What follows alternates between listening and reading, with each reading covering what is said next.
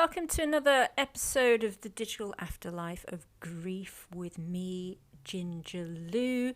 For those who don't know, I am a writer, a PhD researcher.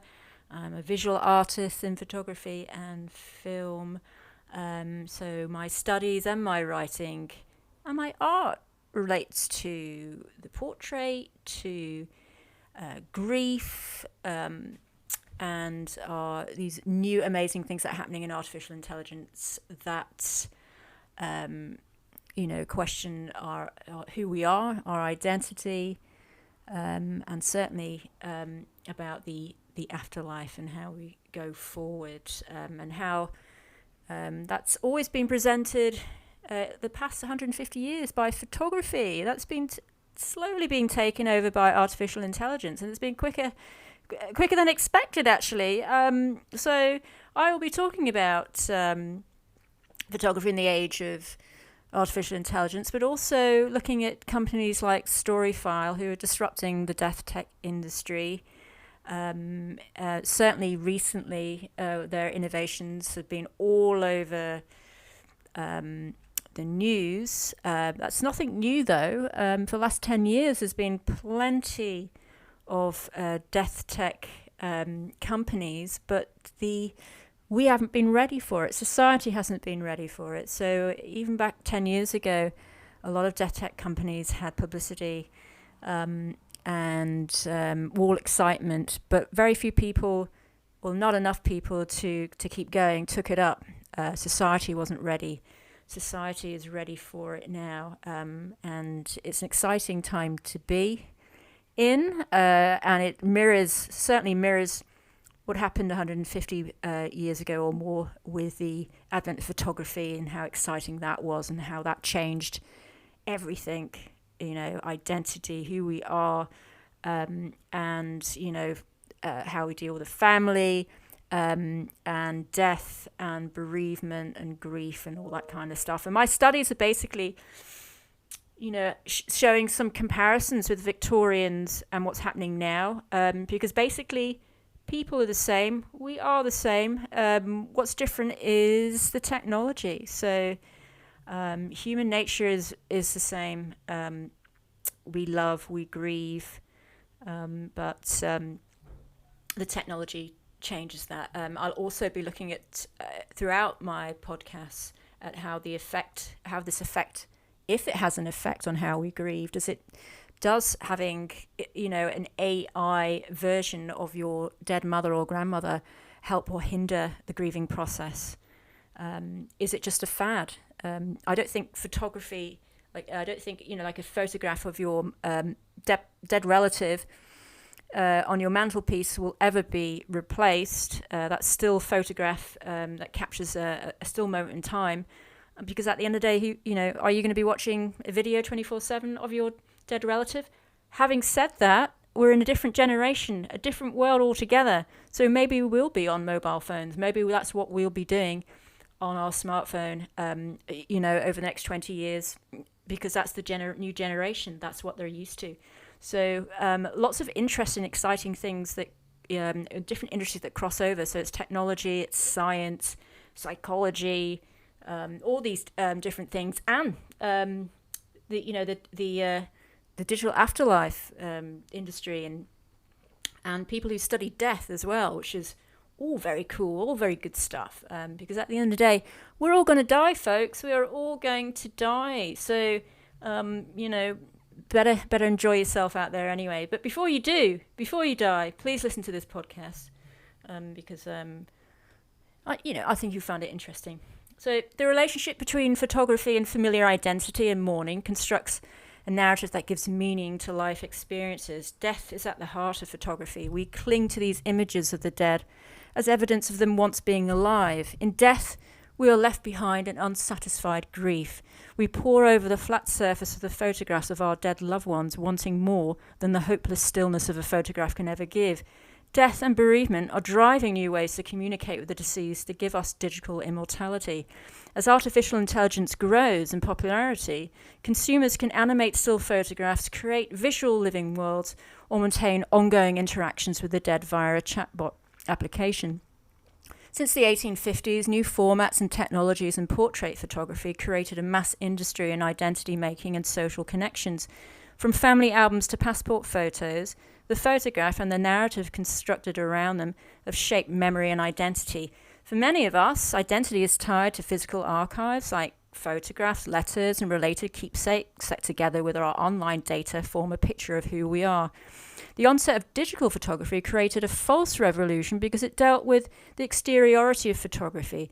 If I use, for example, if I use a smartphone or a mirrorless camera to produce a picture, the endpoint is still the same. Our identity has already shifted from the photograph to online social networks, and it's increasingly moving towards AI technology. It's already there, folks. And this is where the real revolution begins, in AI and its ability to represent who we are, because it is designed to replicate and converse with us. And the emergence of AI in the genealogy of portraiture is driven in part by our insatiable appetite to remain connected with our dead loved ones. So here's some technical stuff now, which hopefully you don't need to understand, but it's important. AI can create deep fakes using generative adversarial networks, or GANs. A GAN is produced by two AI systems working together. One system creates a copy of an image using new data, and the other system determines if the data is real or fake. Both systems create eerie, lifelike images, like the TikTok videos of Tom Cruise, which if you haven't seen them, check them out because it looks like Tom Cruise, exactly like Tom Cruise. So these deepfakes question our sense of reality as well as raise security issues. Facial recognition company DID created deep nostalgia for my heritage and used GANs to animate photographs. Deep nostalgia creates AI animated renderings from photographs of human faces. It uses deep learning algorithms to predict missing parts in a photograph, such as teeth and ears, and creates an automated sequence of gestures and movements like smiling, blinking, and head turning. Reanimated technology is challenging the definition of what a photograph is. They are no longer a moment frozen in time, but an inception for AI and machine learning to create moving identity. I'm going to presume that nearly everybody on this planet has gone to MyHeritage to create, with deep nostalgia, to put old photographs into this platform, because it is actually the most used platform on Apple. So it either comes up something that looks really weird and creepy. You have to play around with it. You have to get the right photograph. Otherwise, it looks nothing like your dead relative. It looks really creepy. I managed to put my mum and dad on there, and some of them are a bit creepy. But also, these were photographs of them, before I was even born. So, I mean, what kind of nostalgia did that have for me anyway? But, that's another thing. We'll get all philosophical as well with regards to that. But holograms are virtual three-dimensional images that are recorded using lasers. So Steven Spielberg's USC Shoah Foundation created a series of holographic first-person Holocaust survival stories. Many of the survivors are known from documentary interviews or memoirs, like the late Eva Kor, while survivors such as Kor have recorded their experiences for future generations to engage in. Shoah's holograms are interactive, and their machine learning allows the holographic Kor to answer any questions you may have about her experience. But the most common question that gets asked by viewers on the way out of the museum is when this technology will be available for the families. So, that was just recent. That was maybe, a few years ago, 2-3 years ago maybe. Because since then, this year, Storyfile has come out and uses the same kind of technology, but it's for the masses. It's affordable, it's for the masses. So it's not for museums anymore. It's for everyday people like you and me. Artificial intelligence is changing the way we live, connect, and grieve, but will digital immortality allow us to live forever? Digital immortality refers to uploading, storing, and transferring a person's personality in a digital entity or cyberspace or a computer.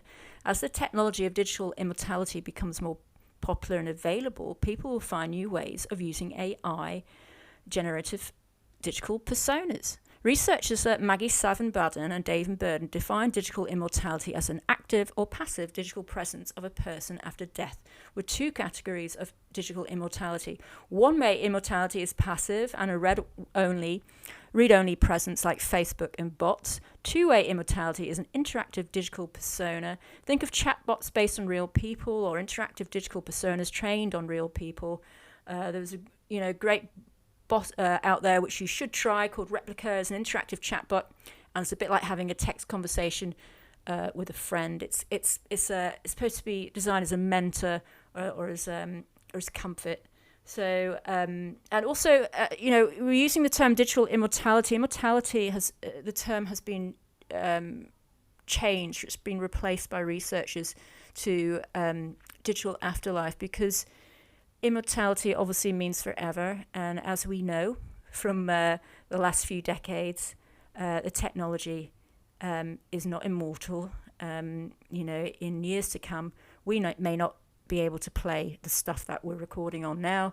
Think of videos, think of cassettes, think of all these things that, sure, we can find an old player from eBay or something, but we might not be able to access this data in years to come. So that's why researchers have changed from digital immortality and called it digital afterlife, because it's kind of it's quite funny, because saying nothing actually does live forever, but we're trying to live forever.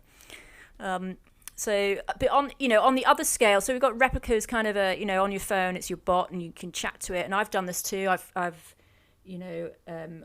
chat to myself and create an avatar with someone who looks a lot younger than I am, with ginger hair, and if you get down and deep with her, she will provide comfort. But it's a bit like an Tamagotchi. You have to keep doing it for it to have better conversations. I suppose it's like having a long-term friend. You have better conversations. Who knows?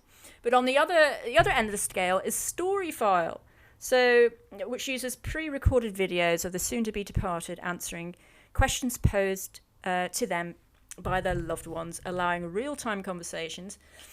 Storyfile is based in Los Angeles and was founded by Brit CEO Stephen Smith.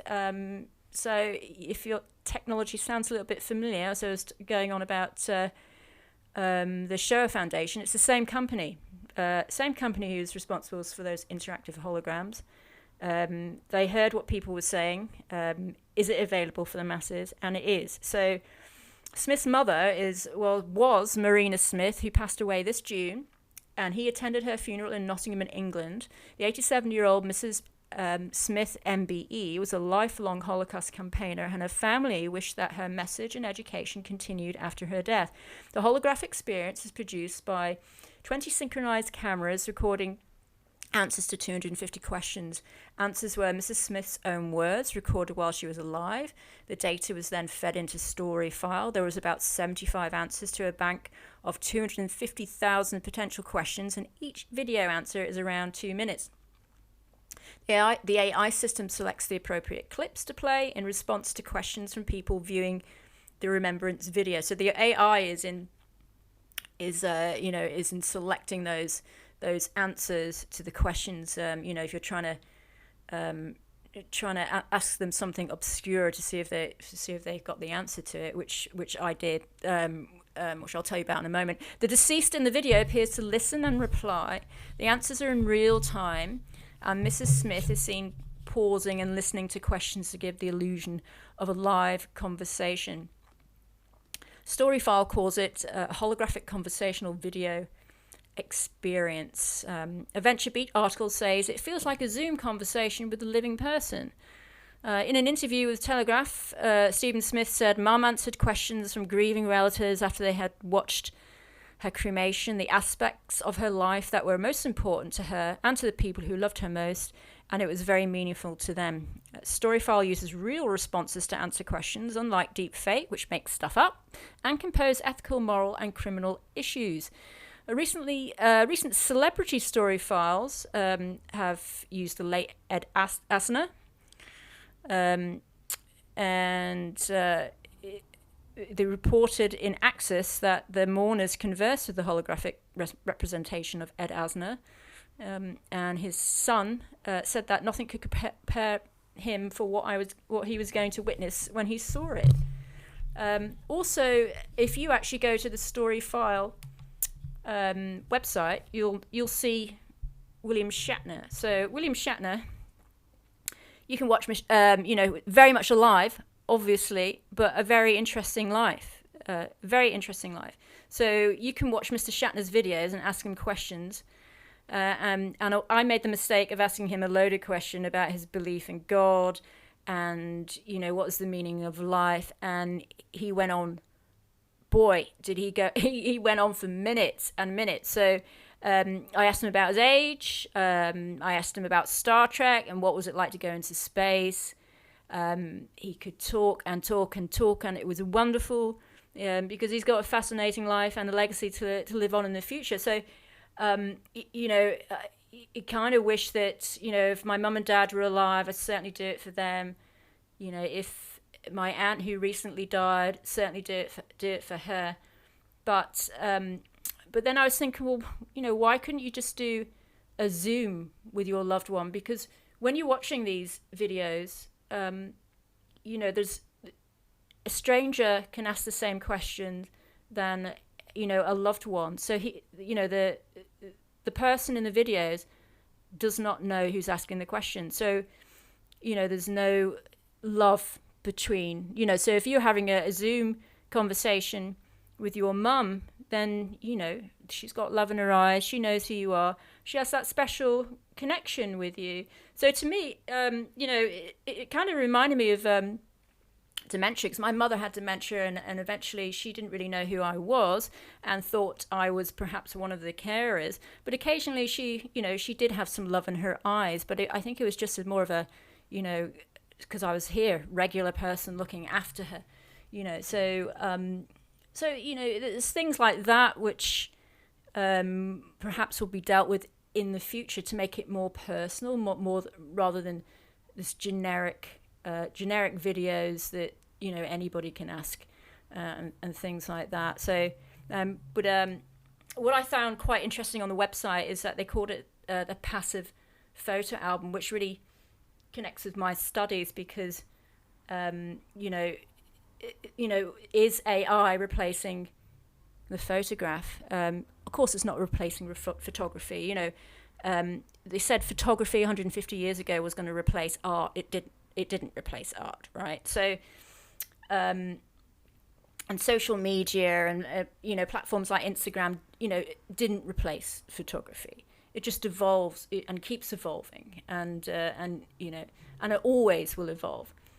But I like this thought that with a still photograph, we love getting lost in the imagination of a static photograph and a moment in time captured. Around the edges of the photograph of, that's your imagination. But there's going to be room for both.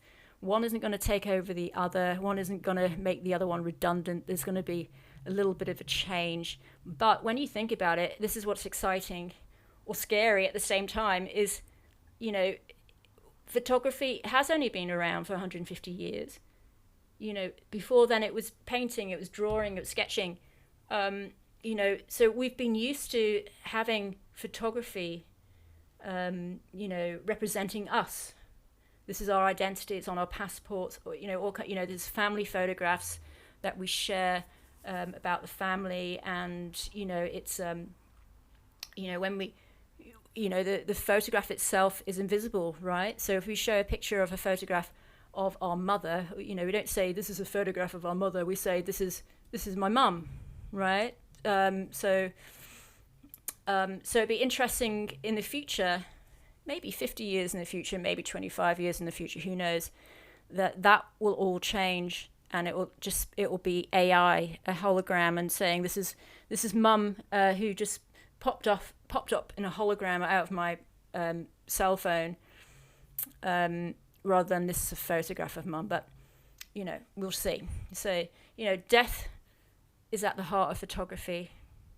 He is going to die. That has been. He is dead. But photography will no longer be the portal to the dead. How we deal with grief is challenged in the digital age, where the dead are resurrected and converse with us. New stages of grief are triggered by interactive technology that enables us to maintain a two-way relationship with the dead.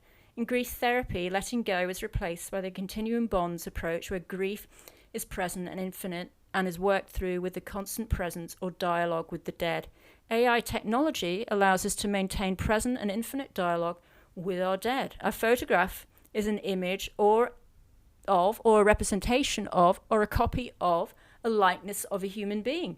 So we cling to these images of the dead as evidence of them once being alive. We pore over the flat surfaces of our dead loved ones, wanting more than a photograph can ever give. In death, we are left behind an unsatisfied grief. Photography has had its day. The photograph as referent of our identity will be replaced by an AI hologram. I hope that's going to let you think for the next few days about what I've just said. And thanks for listening. I hope you have a really great night. That's me